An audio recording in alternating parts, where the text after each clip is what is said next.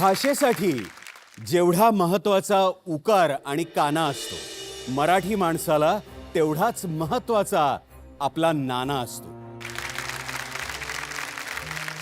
प्रत्येक स्क्रू आवळू शकेल असा एक पाना असतो.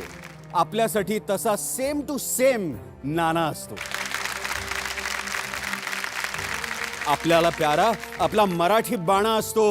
म्हणजे कसा? तर जसा आपला नाना असतो. बंबईया भाषेत सांगायचं तर त्याच्या समोर कुणी शाना नसतो. प्रत्येक मैफिलीची शान नेहमीच आपला नाना असतो.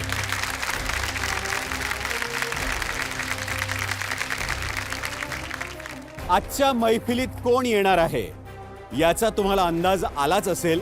आपण खेळ खेळणार असलो तरी नाना त्याची मैफिल करणार यात वाद नाही. स्वागत करूया one and only Nana Patekar यांचं.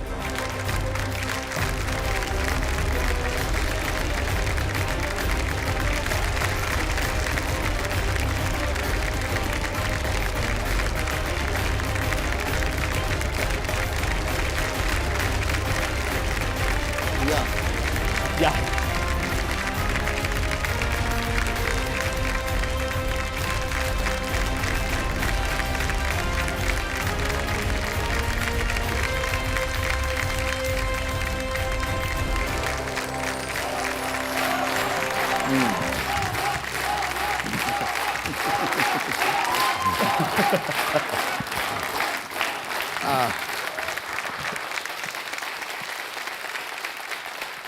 नाना, खरंच मनापासून स्वागत. मला अतिशय आनंद आहे की आज ही भेट इथे होतीये. छान आहे की. आज हा खेळ सुरू करण्यापूर्वी मला खरंच असं विचारायचं आहे की आज कोणासाठी खेळणार? माझ्यासाठी. वाह. तुझ्यासारखा एक असा सूट शिवायचा आहे मला.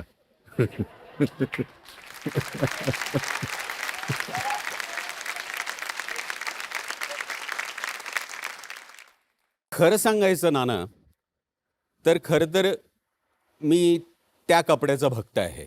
आहे ना. पण हा कार्यक्रम आणि त्याची गरिमा आणि हा सगळा सेट याला साजेसं म्हणून हे. पण तुला शोभतो तो. थँक मी घातला ना. नाही खरं, तुला छान दिसतो. मी घातला तर चोरून आणल्यासारखा वाटेल म्हणून मी हेच घातलं. बरं, आज तुमच्या बरोबर कोण आलंय? मला अरे तुरे कर, उगाच तू आहो जाऊ करू नकोस. नाही, मी अरे तुरेच करतो पण अरे तुरेच कर. बरं. लोकांना खरं कळलं नेमकं कसं बोलतो आपण. असं निदान अरे ते तुरे कळायला नको म्हणूनच मी असं म्हणत कर. नको होतो. नको अरे तुरे कर. बरं नाना, तुझ्या बरोबर कोण आलंय?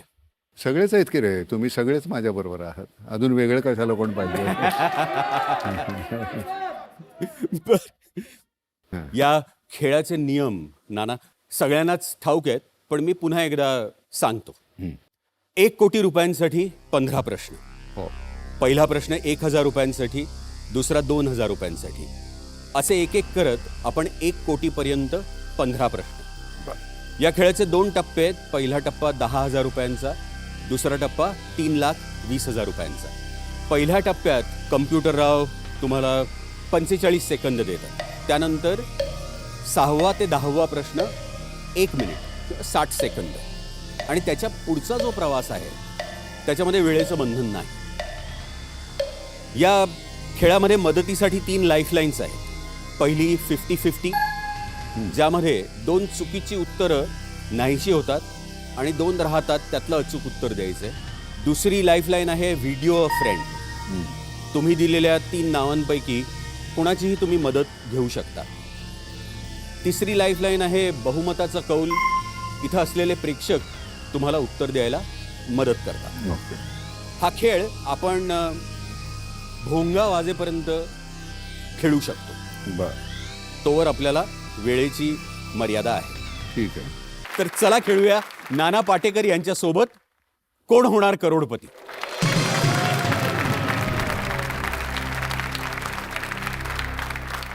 नाना, 1000 रुपयांसाठी हा आहे पहिला प्रश्न. पुढीलपैकी कोणत्या वाक्प्रचाराचा अर्थ प्रचंड राग येणे असा आहे? आणि पर्याय आहेत ए तळपायाची आग मस्तकात जाणे, बी ऊर भरून येणे, सी कंठ दाटून येणे, डी डोळे जड होणे. हे तळपायाची आग मस्तकात जाणे. लॉक करा. कम्प्युटरराव, ए तळपायाची आग मस्तकात जाणे लॉक करा. बरोबर उत्तर आहे.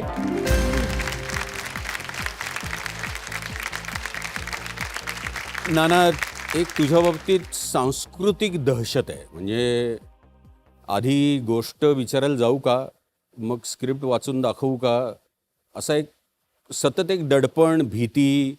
हो, पण तसंच होतं ना रे. आपल्याला एक ज्यावेळी काम करत असताना जोपर्यंत आतमध्ये भिनत नाही तोपर्यंत ते करता येत नाही. तर ती गोष्ट ऐकायची. बरं, त्याच्यामध्ये तुलाही माहिती आहे की जास्त वेळ तो रोल आतमध्ये ठेवणं, ती भूमिका ठेवणं हे जमत नाही. एकदा झालं की संपवलं की चला तो बाहेर काढायचा, पुन्हा दुसरा करता येतो. पण ती गोष्ट आतमध्ये पहिले भिनायला लागते. हो. तुला खरं सांगतो, काही काही वेळ मला इतकं विचित्र वाटतं. नट म्हणून तुलाही तो अनुभव आला असेल. आपण नेमकी सुखदुःख आपली कुठली हे आपल्याला माहितीच नाही. नाही, खरंच नाही. प्रत्येक वेळी त्या त्या भूमिकेची सुखदुःख घेऊन आपण जगत राहतो. आणि कधीतरी एखाद्या वेळी प्रेक्षकाने आपल्याला नाकारल्यानंतर आपल्याला वाटतं आपण आपला वेळ देऊया आपण आपल्या घरच्यांना. हां. आणि मग घरी गेल्यानंतर त्यांना तुमची गरज नसते आता, कारण ते तुम्ही नसण्याची त्यांना सवय त्यांना सवय झालेली झाली असते. असेल. आणि आपल्याला उसनवारीची सवय झालेली आणि असते. आता त्यावेळी मग ती जी दुःख असतात ती न सहन करणं म्हणजे होणारी असतात. तर त्यामुळे नटाचं आयुष्य फार विचित्र आहे रे. नट आणि नटाचे अंतरंग. असाच त्याचा एक किस्सा होता ना, की वेडनेसडे सिनेमा जो खूप एवढं त्याला यश मिळालं, तो त्या दहशतीमुळेच गेला का? हा, त्याला म्हणजे नसीरनी सांगितलं होतं. नसीर अनुपमचा रोल करणार होता आणि मला नसीरचा रोल हे करणार होते. हम्म. पण त्या पांडेला नाही, तो ओरडतो, मारतो. आपल्या एक काहीतरी विचित्र कल्पना आहेत आपल्याबद्दल. तर त्यामुळे तो, पण ते ठीक आहे. हा. नसीरनी फार उत्तमच केलं. नसीर आणि मी कॉन्टेम्पररी, माझ्यापेक्षा 1-2 वर्षांनी इकडे तिकडे. तर नसीरला सगळे चांगले रोल मिळायचे रे. आणि मला फार त्याचा हेवा वाटायचा की ह्याला का मिळतं, माझ्यात काय असं नाही आहे की त्याच्यात आहे. मी छान बोलतो की, पण नसीर माझ्यापेक्षा मोठा का. तर नाटक हा माझा छंद होता हां. आणि नाटक हा त्याचा ध्यास होता, त्याचं जगणं होतं. त्यामुळे माझ्या आणि नसीरमध्ये ही तफावत राहणार. नसीर कायम इथे राहणार, मी इथेच राहणार. हळूहळू हळूहळू त्यातली गॅप आपण कमी करण्याचा प्रयत्न करतो, पण तरीसुद्धा त्याच्या पातळीवर जाणं मला कठीण. हे मान्य करणं नाना, हे खूप मोठ्या मनाचा माणूसच करू शकतो, किंवा खूप काम करून आलेल्या संस्कारातनंच असं म्हटलं जाऊ शकतं. नाही नाही.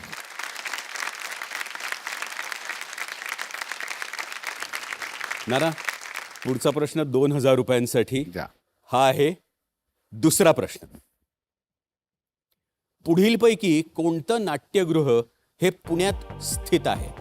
आणि पर्याय आहेत ए राम गणेश गडकरी रंगायतन, बी श्री शिवाजी मंदिर नाट्यगृह, सी प्रबोधनकार केशव सीताराम ठाकरे नाट्य मंदिर, डी बालगंधर्व रंगमंदिर.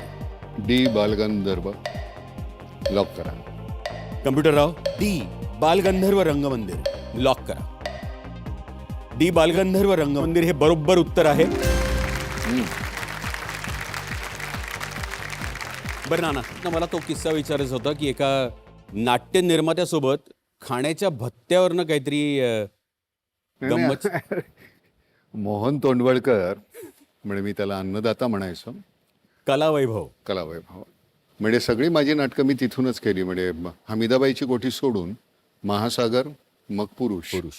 पण नाटक ज्यावेळी सुरू केलं आम्ही, त्यावेळी आम्ही इथून कुठेही दौऱ्यावर जात असताना, पुण्यालाही जात असताना आम्हाला जेवणाचे 6 रुपये मिळायचे.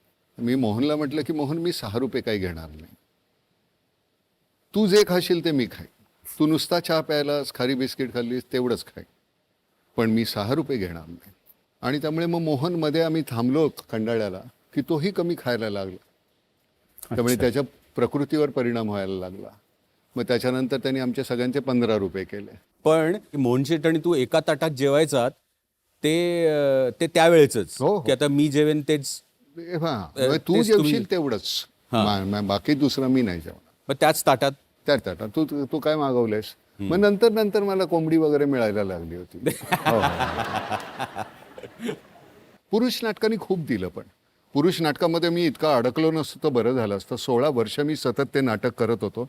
पैशाच्या लोभानं असेल, नाहीतर मी अजून एक 5 वर्षानं ते सोडलं असतं तर अजून 3-4 नाटकं मला करता आली असती. हां पण ती नाही केली, कारण पैसे खूप मिळायचे. पण मग घर घ्यायचं असतं, मग अमुक करायचं आहे, मग गाडी घ्यायची असते, मग एक नाही 2 पाहिजेत. आपल्याला थांबत नाही ना आपण, आपल्याला अजून पाहिजे, अजून पाहिजे. पण असं नाना तू म्हणलास तरी सुद्धा मी इथं घरी आलोय मुंबईच्या, तीच चटई आहे हो. आणि वरती एका खोलीत ती व्यायामशाळा आहे. हां. ते अजूनही तुझं राहणं तसंच आहे की साधं? पण माझ्याकडे काहीच नव्हतं रे. 13व्या वर्षी नोकरीला लागलो. 8 किलोमीटर चालत जायचं, 8 किलोमीटर परत यायचं, 16 किलोमीटर. आणि वय किती, 9वी मध्ये असताना. मग एक वेळचं जेवण मिळायचं, 35 रुपये महिन्याला मिळायचे.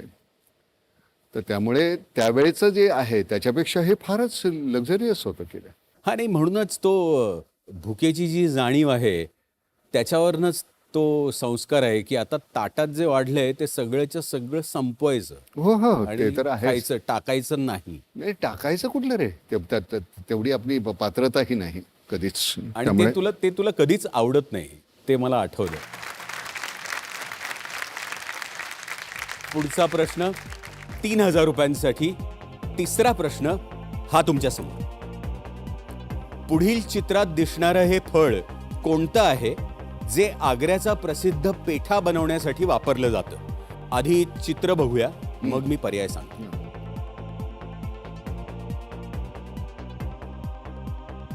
तोच तो, पर्याय आहेत तोच तो.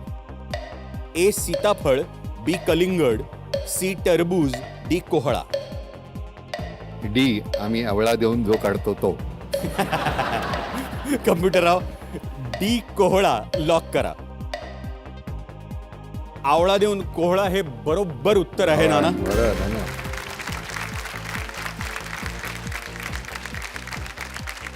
जगभर नाना तुझे मित्र आहेत. एकदा एक मित्र तुझा कोणीतरी गाडीत बोकड घेऊन आला होता म्हणे. अरे आमचा हिला कलेक्टर आमचा अनिल दिघीकर, मी कधी त्याला अनिल पूर्ण बोललोच नाही. आण्या हां नेहमी मला जेवायला बोलवायचं. तर मी अनिलला फोन केला. आणि म्हटलं मी आज येतो बरं. आज येत आहे? तर म्हटलं का आज नको येऊ. नाही नाही यार, आता उस्मानाबादचा बोकड हा सगळ्यात चांगलं मटण त्याचं.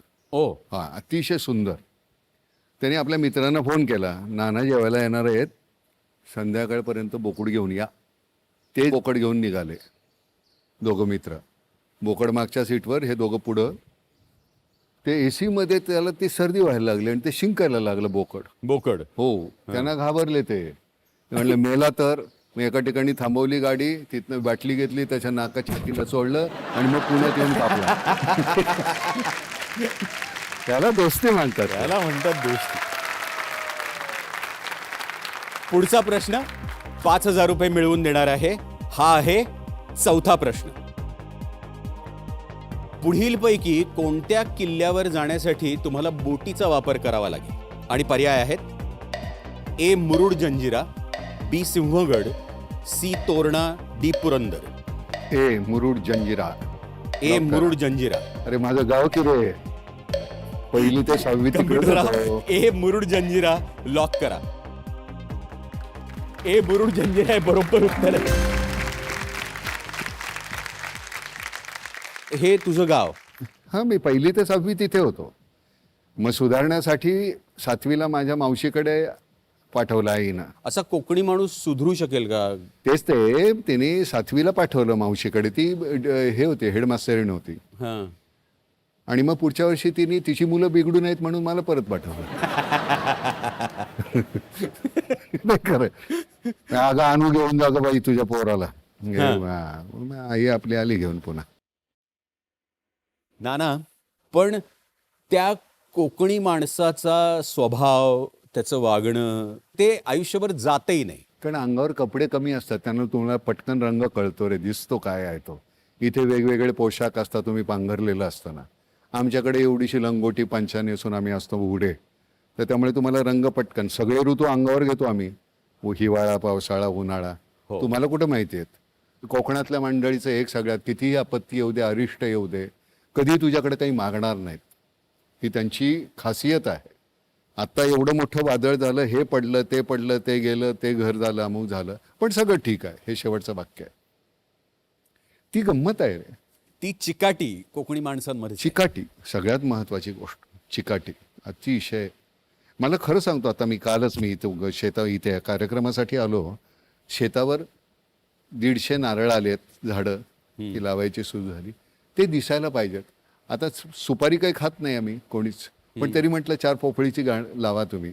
माझं नशीब हे आहे की लहानपणी जे सगळं पाहिलेलं आहे ते मला पुन्हा परतीच्या वाटेवर पुन्हा पाहायला मिळतं. ह्याच्यासारखा आनंद नाही रे. खरं आहे. मी तुला सगळ्यात एक गंमत, आता हे ऐकायला कोणाला काहीतरी विचित्र वाटेल. मल्हारला मी म्हटलं की आता परवानगी तशी मिळते, तुम्ही तुमच्या शेतामध्ये जाळू शकता. प्रत्येक तिथे जातात, मग तिथे एक छोटंसं मंदिर बांधतात. म्हटलं माझी जागा ती, मी अतिशय छान सुकी लाकडं ठेवलेली आहेत म्हटलं जमून, तीच वापरायची. मित्रमंडळी येतील, ओली लाकडं वापरली तर धूर येईल, त्यांच्या डोळ्यात धूर गेला की पाणी येणार, आणि जळताना मला वाटणार हे पाणी माझ्यासाठी आहे, तर मला गैरसमजात मरायचं नाही. कळलं की नाही? हाच तो तिरकसपणा. हा तिरकसपणा कोकणी माणसाचा. पुढचा प्रश्न 10,000 रुपयांसाठी. हा आहे 5वा प्रश्न. पुढील गाणं कोणी गायलंय ते ओळखा. आता आधी गाणं ऐकवतो आणि मग पर्याय सांगतो. अवघा रंग एक झाला, रंगी रंगला शिरंग. अवघा रंग एक झाला, अवघा रंग एक झाला. पर्याय आहेत: ए. किशोरी आमोणकर, बी. आरती अंकलीकर टिकेकर, सी. हिराबाई बडोदेकर, डी. प्रभात रे. माझ्या मते किशोरी ताई असणार. काय करूया? किशोरी की आरती?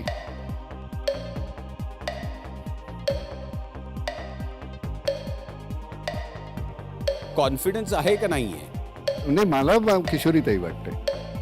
कुठला पर्याय लॉक करू? ए लॉक करा. ए. कम्प्युटर राव, ए. किशोरी आमोणकर लॉक करा. ना ए. किशोरी आमोणकर हे बरोबर उत्तर आहे. हो, मला माहिती आहे.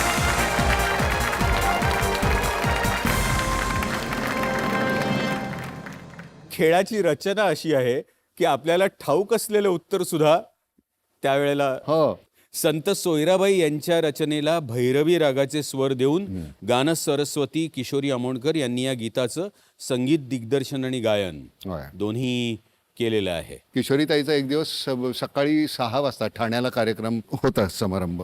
नाण्या तू ये रे. म्हटलं बरं येतो. आता ठाण्याला जायचं 6ला, म्हणजे 3:30ला उठायचं. इथे निघालो, गेलो. थोडं काळोख होता असा, लाईट लावलेले. थोडे जरा लाईट जास्त झाले तर किशोरीताईला ते लाईट जास्त नको, हे ते कमी कर रे. तर मी पुन्हा तिथे जाऊन सांगितलं वाढव. हे काय रे हे पुन्हा तर मग त्यांनी सांगितलं ते नाना 2 वेळा आले, त्यांनी वाढवले. ते काय रे? अगं म्हटलं गाणं तुझं नेहमी ऐकतो, आम्हाला आज गाणं पाहायचं आहे ना तुझं. असं कसं? हे बाबा ते वाढव, तो राक्षस मग उगाच काहीतरी. पण तिने हे त्यावेळी गायलेलं गाणं होतं ते. याच्या पुढचा प्रवास नाना, पुढचे 5 प्रश्न 1 मिनिट. 1 मिनिट आपल्याला मिळणार आहे. हो. 20,000 रुपयांसाठी हा आहे 6वा प्रश्न.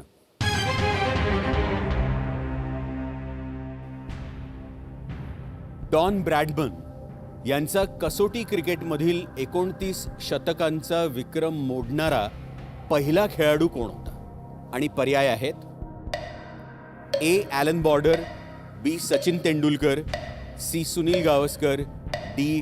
Brian Lara. C. Sunil Gavaskar. C. Sunil Gavaskar. Computer Rao, C. Sunil Gavaskar lock करा. सी. सुनील गावस्कर हे बरोबर उत्तर आहे नाना. 28 डिसेंबर 1983 रोजी चेन्नई इथं वेस्ट इंडिज विरुद्ध गावस्कर यांनी हा विक्रम मोडला. नेहमी ओपनिंग करणारे गावस्कर आपल्या कारकिर्दीत पहिल्यांदाच 4थ्या क्रमांकावर फलंदाजी करायला उतरले आणि त्या डावात 236 धावा केल्या. गावस्करचा विक्रम 22 वर्षांनंतर 4थ्या क्रमांकावर खेळणाऱ्या तेंडुलकरनी मोडला. तेंडुलकरने मी कधी नाना तू वडिलांविषयी बोलताना मी ऐकलेलं नाही की तुझ्या वडिलांविषयी आम्ही असं ऐकलंय की तुझं कलाकार होण्याच्या मागे देखील त्यांचा हात आहे. हो, वडील नाटक आणि सिनेमाचं त्यांना खूप अप्रूप होतं. हां लालबागला नेराळेंचं जे हां तमाशाचं थिएटर होतं, हो हनुमान थिएटर, करेक्ट. तिथे रेग्युलर जाणार. अतिशय छान कुठला वग आला तर मला, नाना तिकडे ये, मी तुला तिथे तो हा बघ सोंगाड्या किती छान काम करतो. तमाशाला बापानी मुलाला घेऊन जायचं हे किती विचित्र वाटेल, पण नाही ते तू पहा. तर ते वडिलांनी मला ते अतिशय परस्यू केलं की हे नाही हे बघत राह. शेवटच्या दिवसामध्ये म्हणजे मला तितकी सांपत्तिक परिस्थिती माझी नीट नव्हती ज्यावेळी ते आजारी होते त्यावेळी. दुर्दैवानं नगरपालिकेच्या आपल्या म्युन्सिपाल्टीच्या त्या ह्याच्यात हॉस्पिटलमध्ये ते गेले. औषधाला सुद्धा पैसे नव्हते आमच्याकडे फारसे. मंगेश आणि मी शेवटी इथे KEMच्या त्या तिथे बाहेर एका दुकानाच्या पायरीवर बसलो होतो. वडील आतमध्ये होते जनरल वॉर्डमध्ये. पण त्याच्या आधी महासागर नाटक माझं सुरू झालं होतं. ते नुकतीच सुरुवात माझी पाहिली होती त्यांनी. तर मला ते म्हणाले महासागर मला पाहायचं आहे. म्हटलं काका काका म्हणायचं मी, पाहिलंय ना तुम्ही? ते म्हटले नाही रे, मी गेल्या वेळी मी पाहायला निघालो आणि चष्मा पडला आणि त्याच्यावर पाय पडला आणि तो फुटला होता, पण मी तुला वाईट वाटेल म्हणून बोललो नाही. आणि ह्यावेळी ते आजारी होते त्यामुळे त्यांना जिना चढायचा नव्हता. त्यामुळे मग मी त्यांना असे हातात घेऊन मी त्या शिवाजी मंदिरला पहिल्या खुर्चीमध्ये नेऊन बसवलं होतं. आणि मी तो प्रयोग फक्त माझ्या वडिलांसाठी केला असं मला वाटतं. ते पाहत होते आणि त्याच्यानंतर काही त्यांना पाहता नाही आलं. हमीदाबाईची कोठी पाहिल्यानंतर ते आतमध्ये आले आणि सगळं कौतुक छान आहे नाटक तुमचं. विजाबाईंना माहिती नव्हतं कोण माणूस आहे. हो हो, तुम्ही सगळ्यांनी उत्तम कामं केलीत, पण मला ह्या मुलाचं काम जास्त आवडलं, माझ्याकडे बोट दाखवून. तर बाई म्हणल्या म्हणजे काय, माझा मुलगा आहे तो. ते म्हणाले हो माझाही आहे. तर ती गंमत होती. नाना, आज सरप्राईज म्हणून आमच्याकडे एक ऑडिओ क्लिप आहे, बर, आपण ऐकूया. हॅलो नाना, अरे बाप, मी बाई म्हणजे विजया मेहता. काही दिवसात आता गुरुपौर्णिमा, त्या निमित्ताने तुझ्याशी बोलते. गुरुपौर्णिमा म्हणजे गुरुकडून शिष्याला आशीर्वाद वगैरे मिळतात.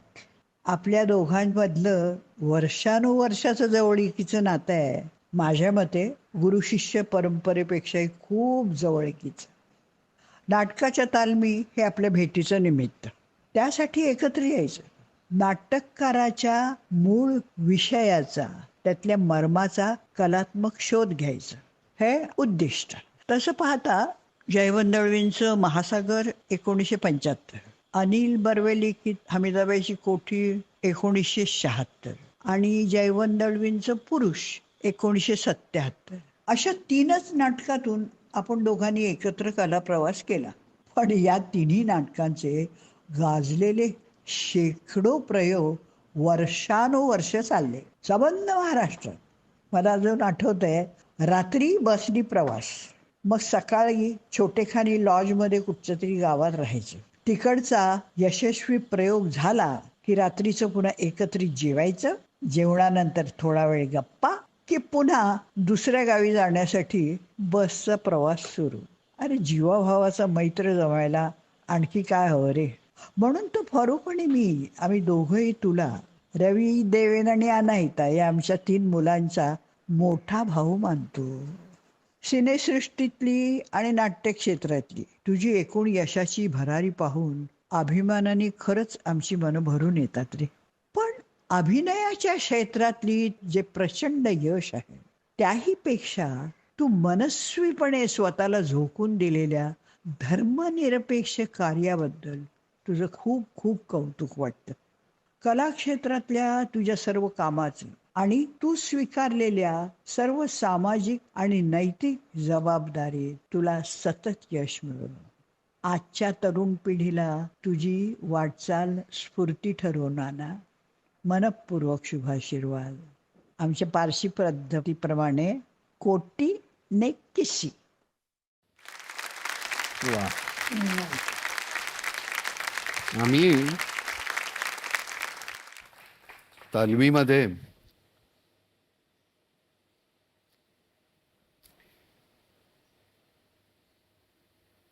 ही आईच.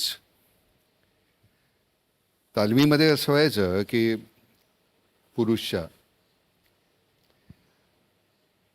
म्हणजे बाकीची नटमंडळी असायची आणि कोणी आलं नसेल तर मग ए नाण्या जरा बाबांच्या ठिकाणी उभा राहा. आणि मग बाबांचा रोल बाबांसारखाच मी करायचो. तुला जसा भावतोय तसा कर, पण इंटेन्सिटी मला तीच पाहिजे.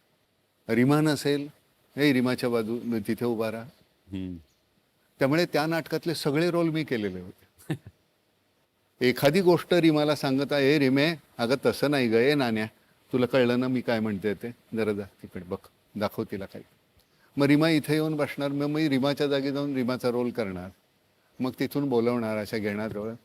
कुठला कसल्या मातीचा झालायस रे तू, किती छान केलंस, ह्याच्यासारखं करू नको बरं, ते त्याला शोभतं. काय लागतं तुम्हाला. मला एकदा बाई असं म्हणाल्या होत्या की नानाकडे बघून असं वाटतं की फायर इन द बेली, म्हणजे पोटात आग आहे त्याच्या, हे त्याच्या चेहऱ्यावर आहे. दिलेली इन्स्ट्रक्शन जी आहे ती इतकी ताऊन सुलख होऊनच चेहऱ्यावर येते, तशीच पाहिजे. आणि ती त्याची ताकद आहे. नाना, पुढचा प्रश्न 40,000 रुपयांसाठी आहे. हा आहे 7वा प्रश्न.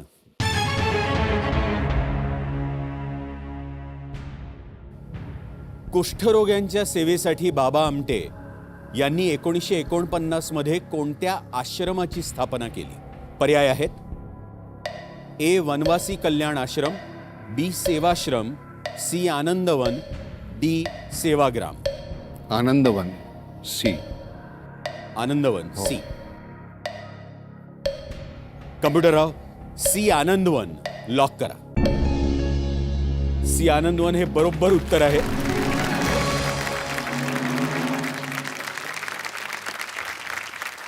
बाबा आमटे हे ज्येष्ठ समाजसेवक. कुष्ठरोग्यांच्या शुश्रूषेसाठी त्यांनी चंद्रपूर, महाराष्ट्र इथे आनंदवन नावानं आश्रम सुरू केला. महारोगी सेवा समिती. होय. वाह. आमच्याकडे आणखीन एक व्हिडिओ आहे, हां. तो आपण ऐकूया. राम राम. अरे मग क्या. महाराष्ट्रातील हुतात्मा जवानांसाठी मदत निधीचा एक कार्यक्रम आयोजित केला होता. साधारण 20 हुतात्मा जवानांची यादी आमच्याकडे होती, म्हणजे सगळे मिळून 50 लाख रुपये द्यायचे होते. त्यावेळी माझ्या मनात सारखं असं चाललं होतं की नाम फाउंडेशनचे पैसे आपण लोकांनी आपल्याला दिलेत आणि शेतकऱ्यांसाठी आपण हा मदत निधी वापरणार आहोत, आणि त्यातून एकदम 50 लाख रुपये आपण ह्या उपक्रमासाठी वापरावेत का, असं माझ्या मनात थोडी घालमेल चालली होती. मी न राहून गुरुजींना म्हणलं की गुरुजी, हे 50 लाख रुपये म्हणजे थोडेसे जास्त होत आहेत, आणि आपण आपल्या नामच्या ह्या शेतकऱ्यांच्या ह्याच्यातनंच आपण द्यायचे आहेत का. तर त्यावर ते म्हणाले नाही, आणि त्यांनी एक चेकबुक काढलं आणि नाम फाउंडेशनच्या नावाने 50 लाखाचा चेक लिहिला.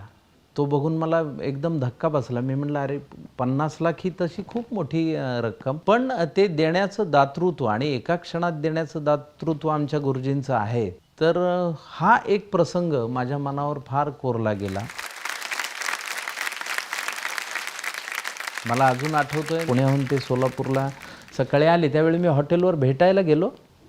मी दार वाजवलं, बराच वेळ ते दार उघडत नव्हते, तर मला कळेना, आणि थोडंसं उशिराच त्यांनी ते दार उघडलं. आणि मी म्हणलं गुरुजी तुम्ही झोपला होतात का. ते म्हणाले नाही रे, मांडी जराशी दुखती आहे. म्हणले काल संध्याकाळी ऑपरेशन केलं आहे मांडीचं, आणि त्यांनी मला ती ऑपरेशनची जखम दाखवली. आणि मी म्हणलं मग तुम्ही ऑपरेट झालं आणि लगेच का आलात दुसऱ्याच दिवशी, मग तुम्ही यायचं नव्हतं, आम्ही केला असता कार्यक्रम. ते म्हणाले नाही, आपण त्यांना सांगितलं आहे तर मग त्याला ते काय होत राहतं असं म्हणून. ते म्हणाले मी ड्रेसिंग करत होतो म्हणून दार उघडायला थोडा वेळ लागला. तर आमचे गुरुजी असे आहेत.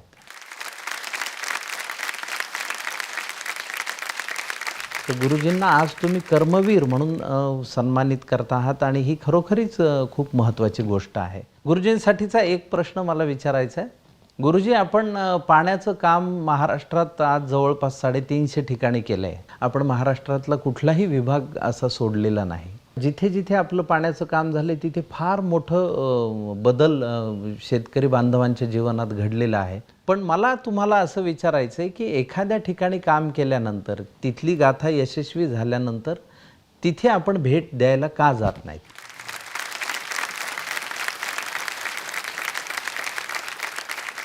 आता वलिताखाली आली जमीन.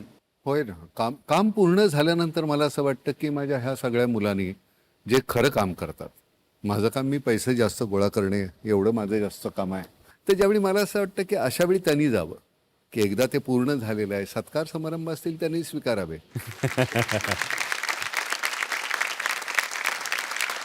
पुढचा प्रश्न 80,000 रुपयांसाठी. 8वा प्रश्न.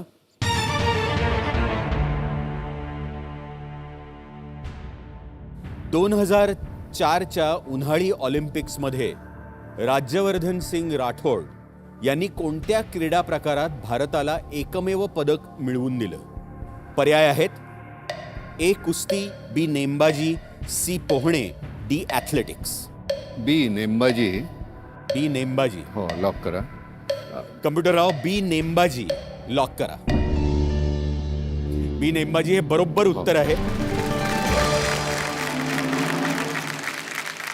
राज्यवर्धन सिंग राठोड यांनी नेमबाजीची कारकीर्द 98 मध्ये सुरू केली. भारतीय सैन्याचे सदस्य असलेले राठोड 1999च्या कारगिल युद्धातही सहभागी झाले होते. ऑलिम्पिक पदक जिंकलं तेव्हा ते मेजर या पदावर होते आणि 2013 मध्ये कर्नल या पदावरून ते निवृत्त झाले. झाल्यानंतर तो पॉलिटिक्समध्ये आला. हां, मला ह्या वेळेला मंडळी नानाला असं विचारायचं आहे की तू कारगिल युद्धात भाग घेतलाय, पण हे खूप लोकांना माहिती नाहीये. युद्धातला अनुभव काय होता तो आजच्या तरुण पिढीला सांगावाच लागेल. नाही, गंमत कशी झाली की प्रहारच्या वेळी मी सेंट्रल गव्हर्नमेंटकडनं परवानगी घेतली आणि जवळजवळ 3 वर्ष मी अलिंगरदया ॲट मराठा लाईट इन्फंट्री. तर तिथे असताना मला तो सगळा अनुभव मिळाला. कमांडो कोर्स करता आला, नेमबाजी करता आली. तर त्यामुळे तुमचं कमिशन हल्ली 6 महिने किंवा 8 महिन्यामध्ये काय जे होत असेल ते. आणि ज्यावेळी कारगिल युद्ध सुरू झालं त्यावेळी आमची एक फुटबॉलची मॅच ठरली होती दिल्लीला. कपिल रिप्रेझेंट करणार होता खेळाडूंना आणि नटांना मी करणार होतो. सगळेच होते, आपले शाहरुख वगैरे सगळी मंडळी होती. पण मला ते तिथं काही खेळणं काही पटेना. मी ह्यांना फोन केला, रक्षामंत्री त्यावेळी फर्नांडिस रक्षामंत्री होते. अरे माझी त्यांची चांगली दोस्ती होती, म्हणजे ओळख होती. तर मी त्यांना फोन केला, म्हटलं सर मला जायचं आहे. ते म्हटलं अरे नाना असं कसं जाता येईल? हो म्हटलं तुमचं कमिशन 7-8 महिन्यातमध्ये होतं, मी 3 वर्ष काढली आहेत. म्हणे मला माहिती नाही. मग आता म्हटलं माहिती झालं ना, बरं कधी जायचं आहे? म्हटलं आज. आणि त्या दिवशी संध्याकाळी मी गेलो तिकडे. मग कर्नल बदानी आले होते एअरपोर्टला श्रीनगरला. तिथून 2 ठिकाणी आपण कुपवाराला जायचं. कुपवारा म्हणजे आपण आता इथे आहोत, तर इथून आता पलीकडचं आपलं जे गोरेगाव नंतर पलीकडचं कुठलं स्टेशन येतं ते पाकिस्तान आणि हे इंडिया. ते सुद्धा लांब आहे, इतकं जवळ आहे. ते घरं दिसतात. तर त्या कुपवाऱ्याला जायचं तर इकडनं सोपरवरून जाता येतं आणि इकडनं असं लांबून जरा बारामुल्लाहून जाता येतं. सोपरवरून जाताना तिथे खूप माइन्स म्हणजे सुरुंग लावलेले असतात यांनी टेररिस्टनी. त्यामुळे ते म्हटले की नाना आपण बारामुल्लाहून जाऊ. म्हटलं तुम्ही कसे आलात? ते म्हटलं आम्ही सोपरवरून आलो. म्हटलं तुम्हाला काही झालं नाही, मलाही नाही. म्हणा आपण पुन्हा जाऊ, झालं तर बघू, सगळ्यांनाच होईल. तिथे गेल्यानंतर पहिले काही दिवस त्याला रगडा लगाया पहिले. तर खूप दिवस मला पहिले तिथलं ट्रेनिंग.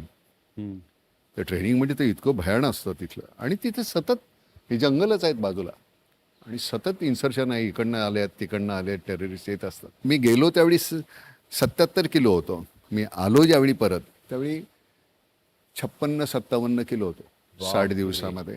आणि QRT असा एक त्यामध्ये प्रकार आहे, क्विक रिॲक्शन टीम. आणि ROP म्हणजे ते ROP रोड ओपनिंग पार्टी. सकाळी त्यांनी एकदा डिक्लेअर केलं की नाही तुम्ही रस्त्यावर यायला हरकत नाही आहे, की मग आम्ही सगळेजण यायचो. त्यावेळी मी QRTचा मला मेंबर केला होता. म्हणजे इव्हेंच्युअली तिथे एक जोंगा असतो, त्या जोंगामध्ये तिकडे तोंड आहे, जोंगा इकडे चाललेला आहे. 3 जण असे उभे राहतात, तिघांच्या हातात AK-47, तिघं तिकडे तोंड करून आणि असं जातात. इकडे काय झालं की माझ्या इथे आहे तेवढ्या पुरतंच मी बघायचं, इकडे नाही, इकडे नाही. पण ते करायला मिळालं, त्यामुळे मग तिथून मग कारगिल, द्रास, मोगलपुरा आणि पुढे मग लेह. मग तिथे आपल्या लेहमध्ये खूप कॅज्युअलिटीज झाल्या होत्या. त्यावेळी मग सगळ्यांच्या घरी जाऊन चेक द्यायचे होते. 7-7 लाखाचे चेक दिले होते त्यावेळी गव्हर्नमेंटनी. ज्याला चेक देत होतो तर मुलगा किती वर्षाचा होता, आता 18 होता, 19 होता. अशा कॅज्युअलिटीज होत्या. बेफाट आहे अनुभव पुन्हा. त्यामुळे आता आपण फार नशिबान आहोत रे. आपल्याला काय नाही मिळालं. मला सगळ्यात गंमत ते आहे की ते त्यांचं ते करतायत, आपलं आपण करतोय का ते आपण बघायला पाहिजे. खरंय.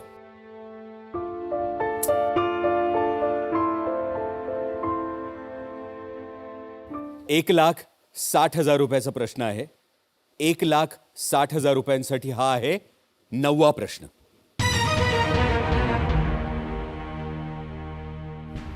पुढीलपैकी कोणत्या व्यक्तीचा जन्म मुंबईमधल्या सर जे स्कूल ऑफ आर्ट्सचे अधिष्ठाता म्हणजेच डीनच्या बंगल्यामध्ये झाला होता? आणि पर्याय आहेत: A. George Orwell, B. Ruskin Bond, C. Rudyard Kipling, D. Jim Corbett.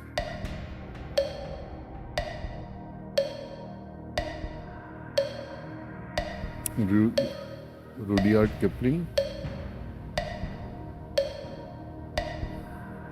Ruskin Bond, दोनपैकी एक. ऑरवेल आणि जिम कॉर्बेट गेले. डीनच्या बंगल्यात जे स्कूल ऑफ आर्ट्स. आमचंच कॉलेज. ठाऊक नसेल तर लाईफलाईन घेऊ शकतो आपण. हो ना. बरं चला तुम्हाला विचारतो. कम्प्युटरवर थांबा. नाना पाटेकर आपली पहिली लाईफलाईन घेऊ इच्छितात. बहुमताचा कौल. प्रेक्षक मंडळी, तुमची वेळ आलेली आहे. तुमच्या हातात वोटिंग मीटर्स आहेत. मी प्रश्न वाचून दाखवतो, पर्याय वाचून दाखवतो. तुमच्याकडे 15 सेकंदाचा अवधी आहे. पुढीलपैकी कोणत्या व्यक्तीचा जन्म मुंबईमधल्या सर जे स्कूल ऑफ आर्ट्सचे अधिष्ठाता म्हणजे डीनच्या बंगल्यामध्ये झाला होता? A. George Orwell, B. Ruskin Bond, C. Rudyard Kipling, D. Jim Corbett. तुमची वेळ सुरू होती आहे आत्ता.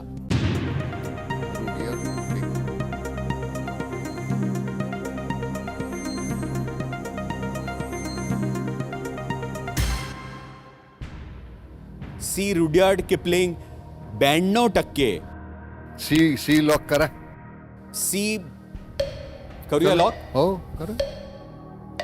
Computer Rao, C. Rudyard Kipling lock करा. प्रेक्षकांचा पाठिंबा पूर्ण मिळाला आणि सी हे बरोबर उत्तर आहे नाना. रुडयार्ड किपलिंग यांचे वडील जॉन लॉकवूड किपलिंग हे sir J school of आर्ट्सचे dean होते. रुडयार्ड किपलिंग यांचा जन्म 30 डिसेंबर 1865 रोजी वा. झाला होता. जंगल बुक या प्रसिद्ध पुस्तकाचे ते लेखक होते. नाना, तुझं मूळ नाव नाना आहे का काही वेगळे नाव? माझं विश्वनाथ होतं, पण कोणी विश्वनाथ पाटेकर. हा, म्हणजे मला कोणी त्या नावानं काही बोलायचंच नाही. पहिले नीट नावानं कधी कोणी हाक मारलीच नाही. नाना सुद्धा नाहीच रे. विक्या सुद्धा मला आता विक्रम, त्याला सुद्धा मी विक्याच म्हणतो, नाण्याच म्हणणार ना. तर आपल्याला सरळ बोलायची सवयच नाही आहे ना. त्यामुळे शाळेतून कधीतरी एखादी हाक आली, हे विसो, की मी समजतो की हा समर्थ विद्यालयामधला आहे. पण तिथे फक्त माझं विश्वनाथ नाव, कॉलेजमध्ये सुद्धा नाही. मला तुला खरं सांगतो, शिक्षक आपण साधारणपणे असे बसतो ना, इथे शिक्षक, इथे मोठं ते थोडासा एक हे असतं, इथे टेबल आहे आणि विद्यार्थी समोर बसलेले.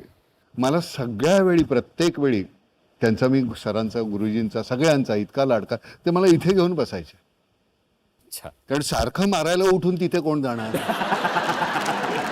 खरं सांगतो, म्हणजे मुलं जर तिथे हसली ना की ते इथे मारायचे, कारण त्यांना माहिती आहे की यांनी इथे काहीतरी केलेलं असणार. म्हणजे शपथ, माझ्या कानाचा उपयोग माझ्यापेक्षा त्यांनी जास्त केला, सगळ्या गुरुजींनी. आई ग.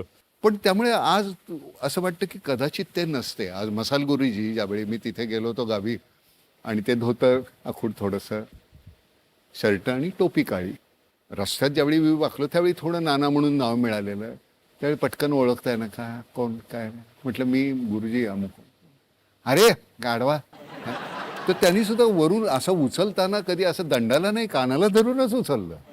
कारण त्यांचा तो अवयव सगळ्यात ओळखीचा होता ना. त्यामुळे मला ही सगळी लहानपणीची जी सगळी मंडळी आहेत ना, गुरुजी आता आमचे मणेरीकर सर आहेत, ते हायस्कूलमध्ये होते, ते वसईला असतात. कुंटे सरांच्या बद्दल त्या दिवशी त्यांनी सांगितलं, अरे नाही ते आता माणसांना ओळखत नाहीत. तर त्यामुळे असं वाटतं की कधी आपली गुरु मंडळी म्हातारी होतील ह्याच्यावर विश्वास बसत नाही ना. पुन्हा आपण त्यांना तशाच अवस्थेमध्ये पाहण्यासाठी जातो आणि तोपर्यंत ते एकदम असे झालेले पाहिल्यानंतर नाही जमत. वाईट वाटतं. हो. नाना, पुढचा प्रश्न 3,20,000 रुपयांसाठी. हा आहे 10वा प्रश्न.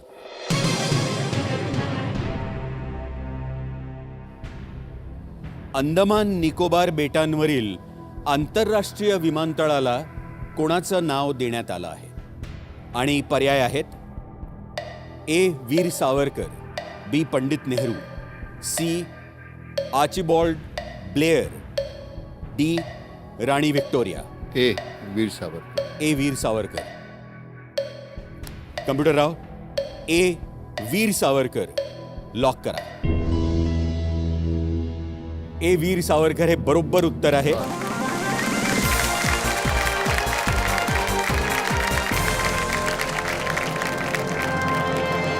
अंदमान निकोबार येथील पोर्ट ब्लेअरच्या सेल्युलर जेलमध्ये स्वातंत्र्यवीर सावरकरांना जन्मठेपेची शिक्षा भोगावी लागली होती.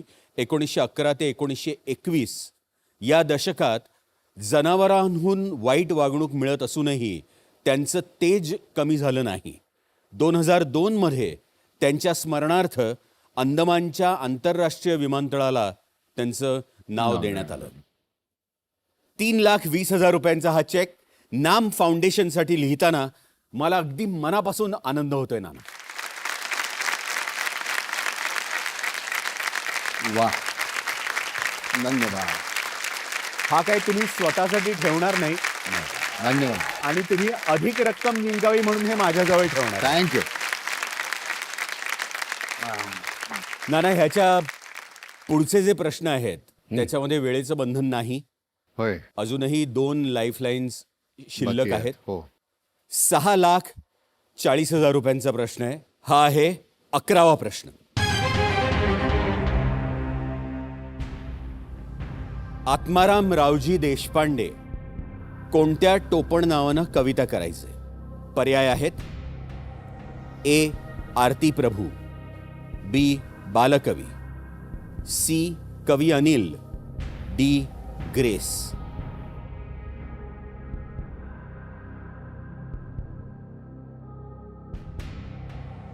आरती प्रभू नाहीत, ग्रेस नाहीत, हे 2 तर नक्कीच नाहीत. बालकवी आणि कवी अनिल. कवी Anil, if I mistake not, कवी अनिल. मला काही याचं उत्तर माहिती नाही आहे, पण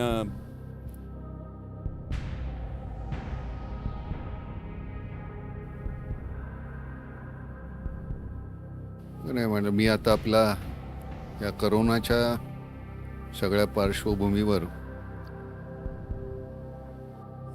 विटॅमिन सी. सी. हो. कम्प्युटरराव, सी. कवी अनिल लॉक करा. आरती प्रभू म्हणजे? अरे खानोलकर. बालकवी म्हणजे? गोळगाठे. गोडघाटे. हा, गोडगाठे. आणि बालकवी? बालकवींचं नाव काय? ठोंबरे. ठोंबरे. कवी अनिल माहिती होतं. कवी अनिल हे बरोबर उत्तर आहे.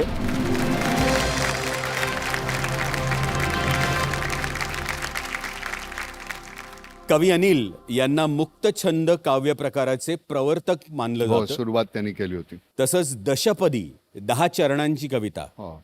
हा काव्य प्रकार अनिलांनी सुरू केला. कवितेमध्ये मला नेहमी असं वाटतं की it is a hidden treasure, किंवा इतकी व्यक्तिगत भावना असते, जिथं कवी पोचतो तिथं आपण पोचू शकत नाही, असं मला नेहमी वाटतं. आणि कविता अप्रिशिएट करायला, म्हणजे आता आरती प्रभूंचं नाव आलंय तर हो ना, त्यांचं तुला आता ते विळखेत म्हणजे त्यांचे शब्द जे असायचे आरती प्रभूंचे, की काल तू होतीस खरं नव्हे, उद्या तू असशील खरं नव्हे, सनईच्या सुरातील स्वरांचे सुरवंट प्रभातकालीन, तसेच तुझ्या पाहण्याचे प्रहर बेहद्द उद्दाम पण विस्मय नव्हे. दुःखांचा डोंगर रचणाऱ्या पापण्या उचलून पाहतेस त्यावेळी सूर्योदयावरील मेघखंडालाही स्तनाकार मिळतात. सापडतात विचित्र आकार लहरी हवेला आणि निर्झरांच्या सोनसाकळ्या उसकटून पडतात. रानोमाळ काल तू होतीस खरं नव्हे, आज तू आहेस खरं नव्हे, उद्या तू असशील खरं नव्हे. फक्त तो एक शिल्पकार खरा ज्याने दिले झाडाझुडपांना वाऱ्यांचे विळखे. ही कविता तू रोज वेगळी वाचलीस ना, वेगळंच काय वेगळा करू. अर्थ येतो आणि किती मोठा विळखा आहे हा. काय काय म्हणजे तुला कळतच नाही. आपल्याला हे जाणवतं पण आपण ते शब्द आपल्याला कधी भेटतच नाही. त्यांना कुठे भेटतात, कधी भेटतात ते माहिती नाही. खरंय. आज इतकी सुंदर कविता तू लिहितोस पण आम्ही कधी सादरीकरण पाहिलेलं नाही. नाही नाही सादरीकरण कविता असं नसतं रे. म्हणजे बघा आता माझं काय होतं गोंधळ थोडासा कधीतरी आता हल्ली विसरतो. हां ऐकव. सरतं ना ग सारं वाऱ्याची सखी लहर झोंबरी, शैरभैर पाचोळा उडतो, निवडुंगावर पक्षी जांभळा किरणांचे धागे उसवतो. सरतं ना ग सारं. वा. कातर वेळी सूर्यही निघतो, पुनवेचा चंद्रही विजतो, पापणीतले दुःखही निवते, तूही नुरते नामी उरतो. सरतं ना ग ते सारं. मी वारुवेंधळा आठवणींचा उधळला बघ सुसाट चौखुर, परतीच्या या वाटेवरती टाळ मृदुंग आणि माती मुठभर.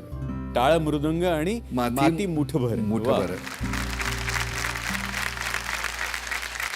दिसलेली कविता किंवा काय म्हणतात त्याला जगून आलेली कविता तसं आहे हे सगळं. म्हणजे मी तिथे काहीतरी आता आपण सावलीच्या संदर्भात म्हणजे पायरीवर बसलो होतो. कलत्या उन्हात अंगणात काहीतरी चमकत होता असेल एखादा काचेचा तुकडा. मी नजर दुसरीकडे वळवली पण ती चमक अशी सतत लक्ष वेधून घेत होती. शेवटी हाताचा रेटा देऊन पायरीला उठलो, गेलो तिथे बसलो उकिडवा, निरखित राहिलो आणि नंतर लक्षात आलं काही क्षण होते तुझे माझे आई ग. तिथे सांडले होते. ते कळायला थोडा वेळ लागला. हल्ली जरा अंधुक दिसतं. तू वेंधळीच आहेस, कदाचित तिथं शोधत असशील, सापडणार नाही. ते इथंच आहेत, फुलं झाली आहेत त्यांची. मागचं सगळं कसं विसरायचं. चुकलं थोडं तुझं, चुकलं माझं, थोडं माझंही. सगळं आवरून निघून गेलीस हे असे क्षण विसरून विखरून. विचारतात मला कुठं आहेस म्हणून. मी काय सांगणार. या प्रश्नाचं उत्तर नाही माझ्यापाशी. मी मुकामुकाच. तू पेरलेले रंग ऋतुमानाप्रमाणे हजेरी लावतात तिथं पण पूर्वीची रंगत नाही. आई ग. उडबस होत नाही म्हणून सण सुद्धा येत नाहीत हल्ली. दारावरच्या सुकलेल्या तोरणातली आंब्याची सुकलेली पानं घोगरा आवाज काढतात वाऱ्याच्या संगतीनं. बुजगावणी कालपासून शेतात गेलेत वस्तीला. तुझी सलगी आठवली, थोडी ओलावली होती. चिंचेखाली आता वाचत बसता येतं बरं. दगडी बाग सांगितलेत, कायम तिथेच वाचत बसलेली दिसतेच कॉफीचा मग घेऊन. आता कोणी हट्ट करत नाही माझ्यापाशी. मीच हट्टानं तुला जे आवडायचं ते करतो सगळं. तुझा टूथब्रश तसाच आहे ग्लासात. बिछाण्यावर तुझी उजवी बाजू बिनसुरकुतीची, 2 उषा 2 मऊ पांघरुणं. गाडी चालवताना कुठे दिसलीस रस्त्यात तर थांबीन, बोलेन, तूही बोलशील माझ्याशी.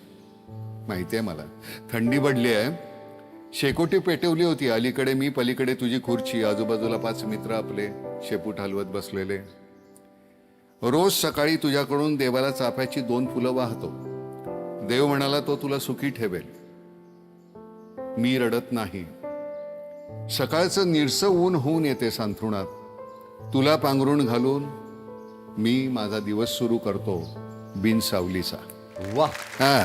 क्या बात आहे. नाना पुढचा प्रश्न. 12,50,000 रुपयांसाठी हा आहे 12वा प्रश्न.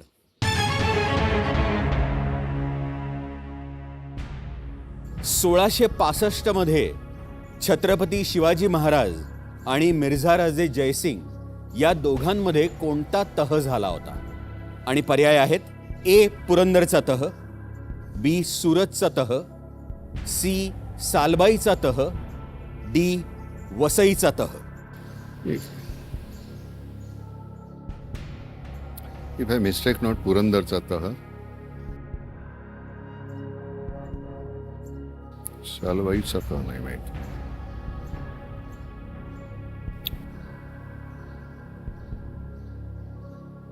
पुरंदरचा तर आहे माझ्या पुरंदरचा तह. हो, माझ्या मते पुरंदरचा तह आहे, पण वसईचा तह नक्कीच नाही, सालबाईचा तह नाही, सुरतचा तह नाही, पुरंदरचा तह.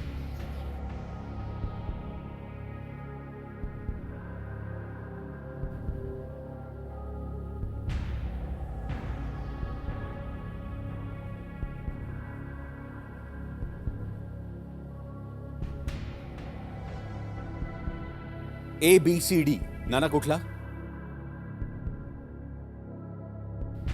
ए कम्प्युटर राव, ए पुरंदरचा तह लॉक करा. बरोबर आहे की रे? नाना मानला. नाही ए म्हणजे पुरंदरचा तह हे बरोबर उत्तर आहे.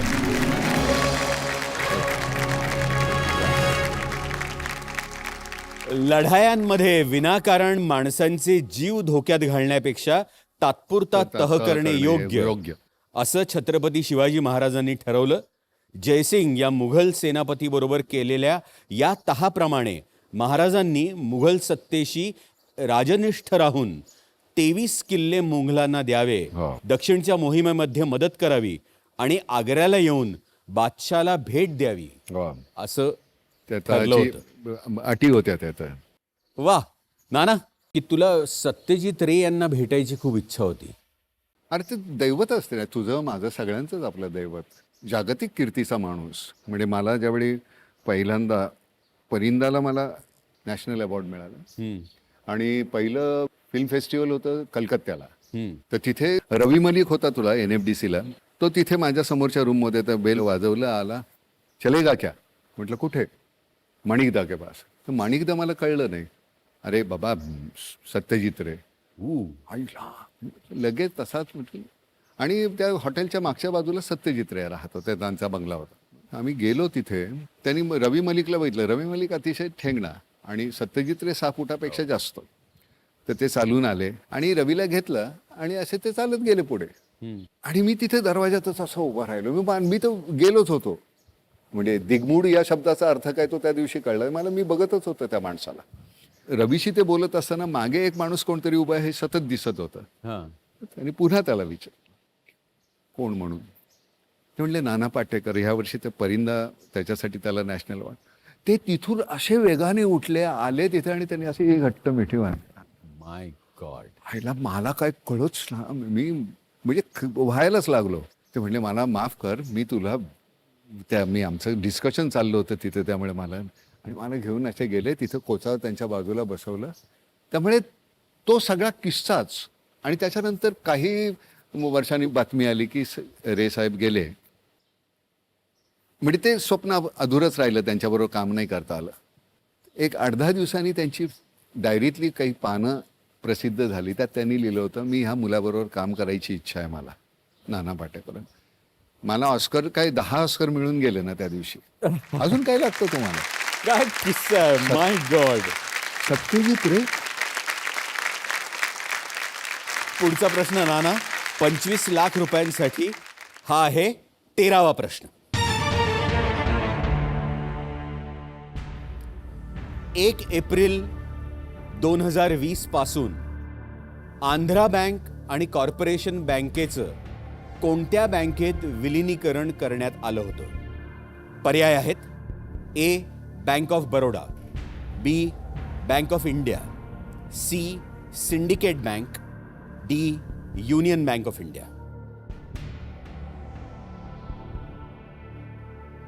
माहित नाही.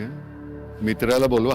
हां, कम्प्युटर राव, नाना पाटेकर आपली व्हिडिओ फ्रेंड ही लाईफलाईन वापरणार आहेत. कृपया नोंद घ्यावी. राहुल देशपांडे, मकरंद नासपुरे, समीरन वाळवेकर. नाना, या प्रसंगातून पार पडण्यासाठी तू दिलेल्या 3 नावांपैकी कोण तुला मदत नक्की करेल असं तुला वाटतं? राहुलला मला. बर, कम्प्युटर राव, राहुल देशपांडे आहेत नाना पाटेकर यांचे ट्रस्टेड पार्टनर. कृपया राहुल देशपांडेंना व्हिडिओ कॉल लावण्यात यावा.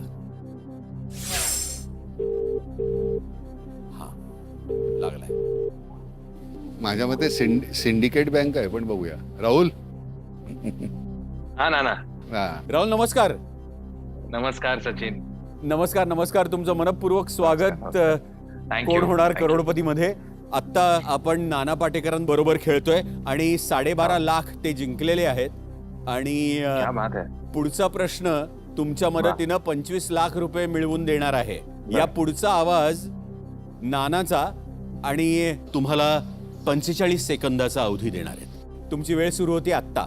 1 एप्रिल 2020 पासून आंध्र बँक आणि कॉर्पोरेशन बँकेचे कोणत्या बँकेत विलिनीकरण करण्यात आले होते?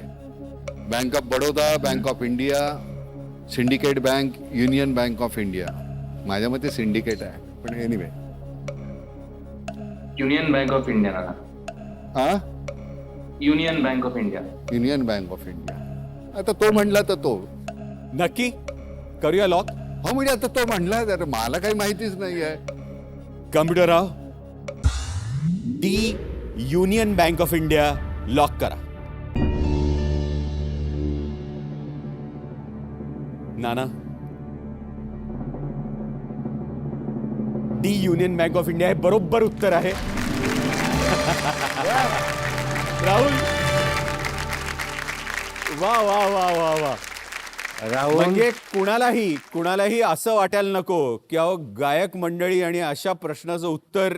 अरे तो सीए अरे करत ते होता. नंतर ना त्याची ओळख आज काय आहे. हो, मी त्याला एवढा- आणि रोज सकाळी येतो शिकायला. मी रोज एक गाणं शिकवतो त्याला. हा, हो, कसं गायचं नाही कुठलं.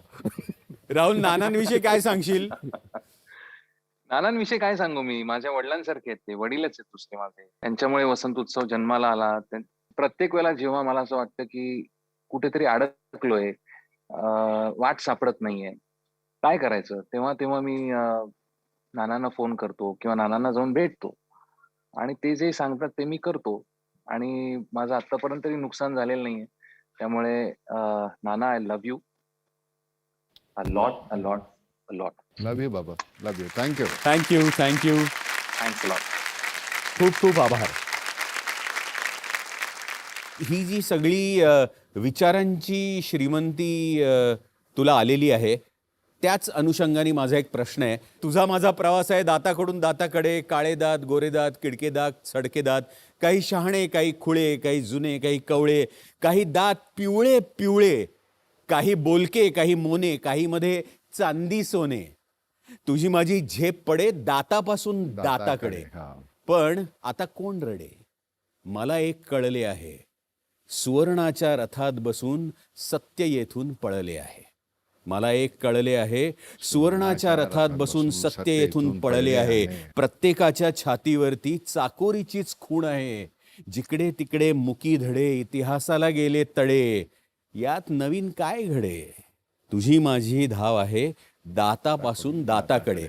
आता हा दाता प्रत्येक सामान्य माणसाला कायम दाता मला दे, अहो मला काहीतरी कोणीतरी द्या असं म्हणत सगळ्यांची आयुष्य गेली. तुझ्याकडे कधीही कोणीही गॉडफादर नव्हता, कोणीही नव्हता दाता, तरी सुद्धा तू हे कसं घडवून आणलंस? लोक होते रे दाता आपले. कलावंतांचा दाता कोण? लोकच आहेत ना. ही मंडळी आहेत म्हणून आपण आहोत. फक्त आपण आपल्याला उधळून द्यायचं. ते उधळून देण्याची ताकद असेल ना, तिथं सैनिक आपला एक जवान आयुष्य असं तुमच्यासाठी असं, त्यांच्यामुळे आपण इथे छान आहोत, सुरक्षित आहोत. इथं आपण त्या चौकोनामध्ये गेलो. आता इथे आल्यानंतर मी तुला खरं सांगतो, पुढचा शब्द मी काय बोलणार आहे मला माहिती नाही, तुला माहिती नाही. हे खेळणं हा मला खरं आज खेळ वाटतो. एरवी कसं वाटतं की ते ठरलंय, काहीतरी बोलतायत, अमुक आहे तमुक आहे. पण खेळ आहे.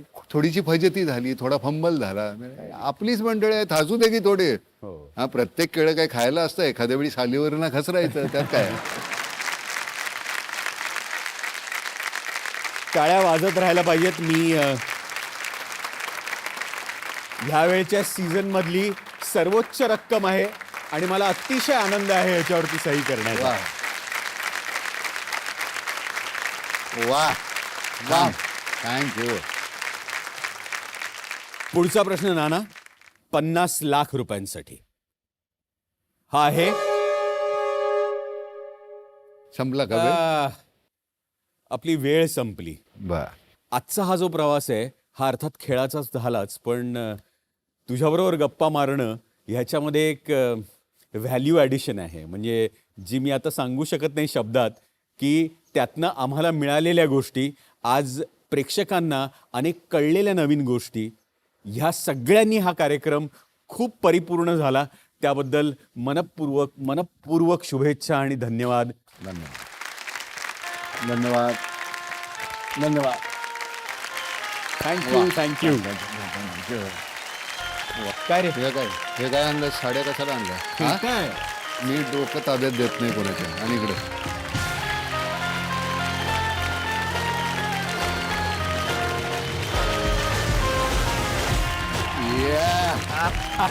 आलेलं आहे. हे का? जमलाय का? जमलाय ना? धन्यवाद. 25 लाख रुपये.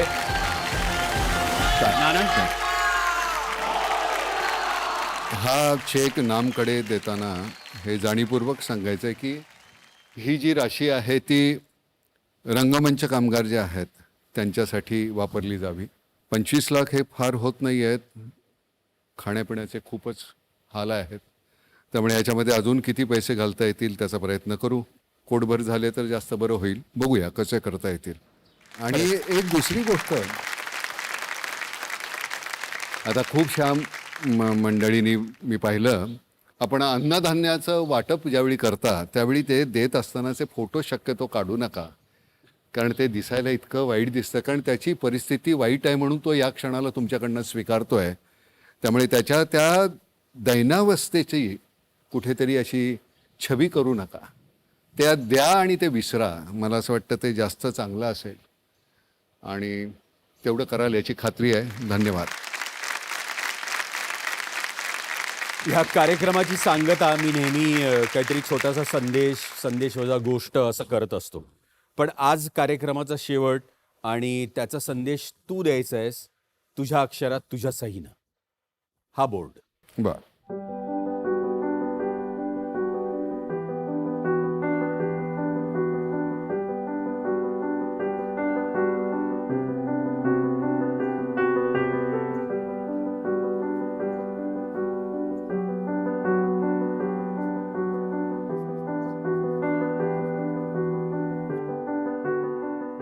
स्वतःची काळजी घ्या म्हणजे समाजाची काळजी घेतल्यासारखं होईल. हो म्हणजे काय खरं आहे रे तेवढं.